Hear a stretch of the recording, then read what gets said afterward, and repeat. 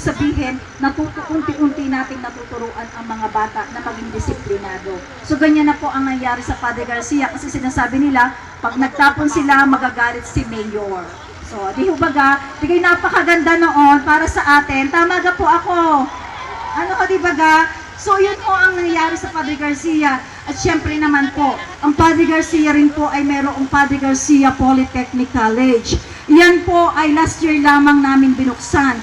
At ang estudyante po niyan ay mahigit 800.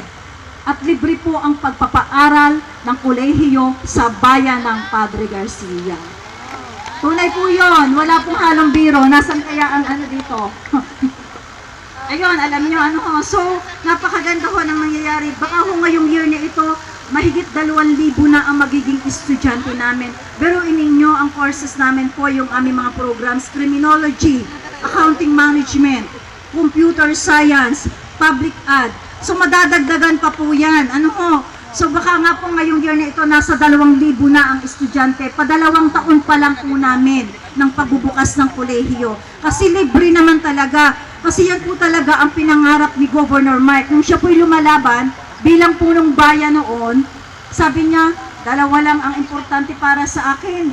Ang magkaroon ng libreng kolehiyo para sa mga kababayan at ospital para sa mga taga-Padre Garcia. At sa awa po ng Diyos ay natupad na ito. Pero inyo yung aming college, ngayon po ay ginagawa na 2 building ulit, 2 120 milyon, 2 16 classrooms, 4-story. Yan po ay lahat ay air condition. Ano ho, air condition po, hindi po maiinitan yung mga bata. At yun pong ginagawa ngayon, naka-elevator na po yan. Di ba ga? Ano ho, sosyala na. Ano ho, ayan. So, sana po mabigyan ng pagkakataon natin si Governor Mike kasi mamaya sasabihin niya lahat kung ano yung mga dapat niyang gawin dito po sa buong lalawigan ng Batangas. Yan po sa Padre Garcia. Nagawa po namin ito sa Padre Garcia. What more dito sa lalawigan ng Batangas? Di ho baga? Ano ho? Ganyan po ka-sincere si Governor Mike na maglingkod sa aming bayan at maglilingkod sa buong lalawigan ng Batangas. Hindi ho kayo magsisisi. Promise. Ano ho? Ayan. So, may ospital ho kami. Ang ospital ho namin ay 57 bed capacity. Malaki pa ho sa BAT-MC ang aming ospital. At baka po ngayong year na ito ay mabuksan na rin po ang ospital ng bayan ng Padre Garcia at libre po ang pagpapagamot dito ng mga taga-bayan ng Padre Garcia. At kayang-kayang gawin sa buong lalawigan ng Batangas. Tama po? Ano po? So hindi lamang po yun, meron po kaming dialysis center, kabubukas lang po last March 8. Yan po ay 20 units na machine. At marami na po ang nagpapadialysis dito ng mga kababayan namin. Biruin ninyo kaganda, kaaliwalas, ano ho. So yan po ang aming mga proyekto. Noon ho ay ang gusto lang ni Governor Mike, hospital at saka college. Kasi napaka-importante ng kolehiyo. Kailangan tapos ang mga bata, ang mga kabataan. Tama ga po ako.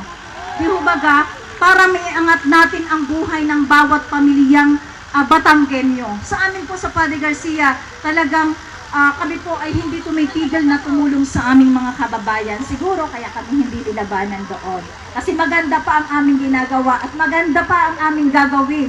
Marami pa po kaming pangarap para sa bayan ng Padre Garcia. At syempre, ito naman po kay Governor Mike sa buong lalawigan ng Batangas. Ano ho?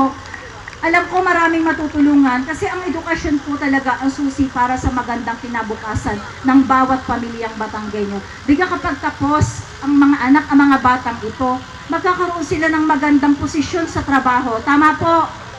Di ho baga?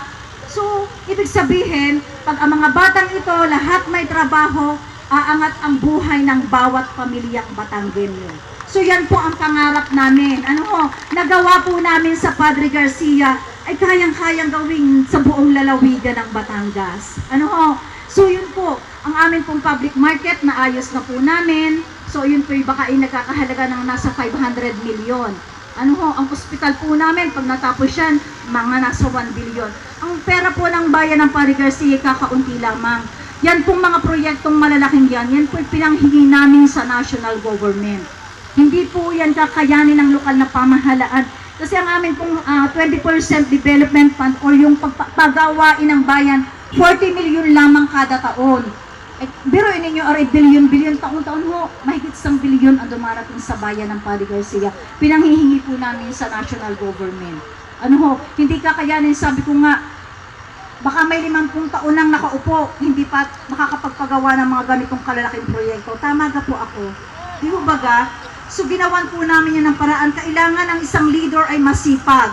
Kailangan masipag manghingi sa national government. Kasi kung tayo ay titigil lamang sa inyong opisina, sa mayor's office, wala pong mangyayari sa atin. Walang magbibigay, yan po'y pinaghirapan namin lahat.